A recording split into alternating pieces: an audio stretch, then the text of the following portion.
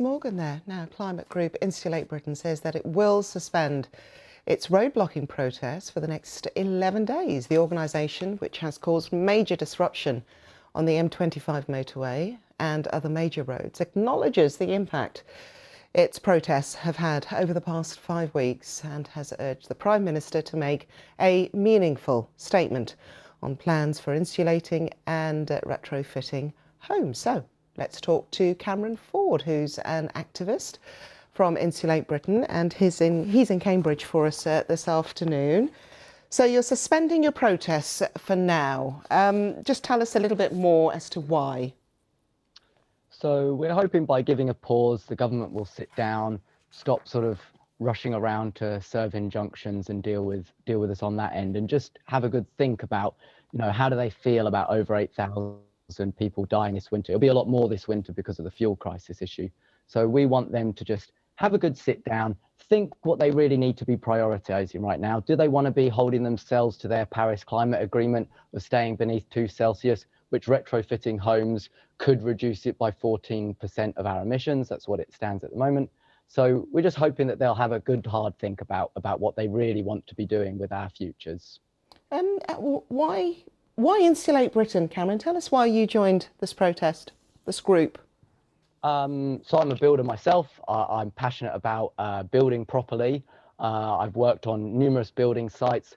I've seen the new builds that the government are pushing forward with the big housing developers who actually contribute 25% of the Conservative Party's donations, about 18 million. And they also, these big housing developers are making 20 to 25% profit per house.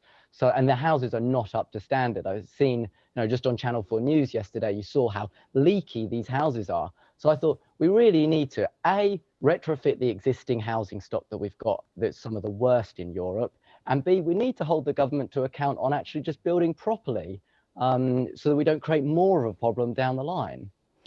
Is this the only way, do you think, that you could have got the message across? Because obviously the level of disruption that the protests have caused, people are just trying to get to work or trying to get home.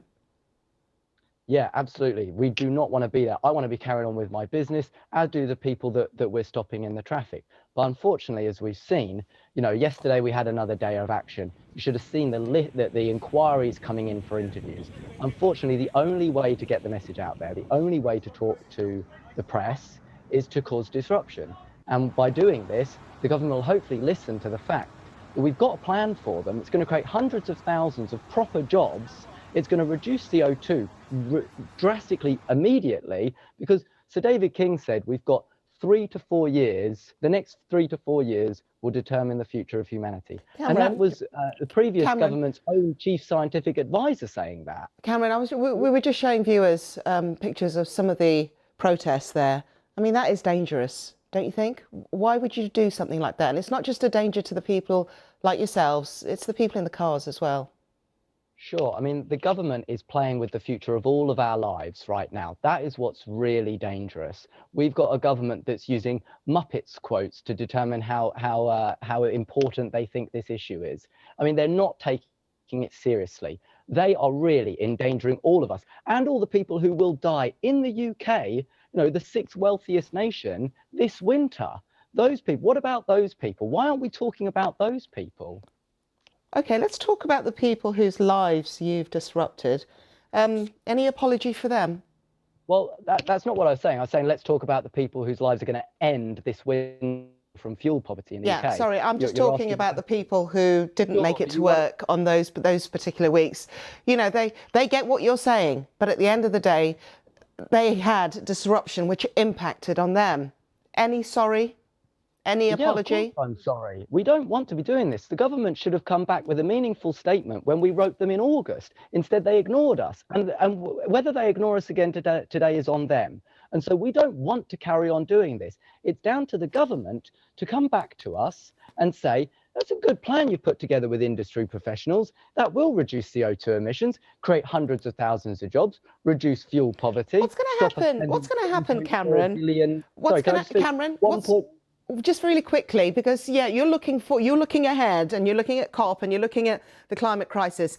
We get that. What is going to happen if somebody dies in one of those protests?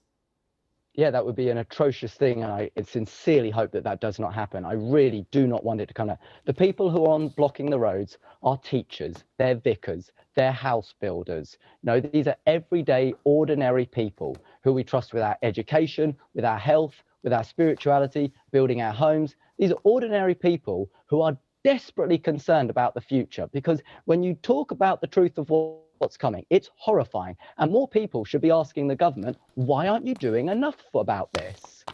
Okay, Cameron Ford of Insulate Britain. Unfortunately, we've run out of time, but thank you very much.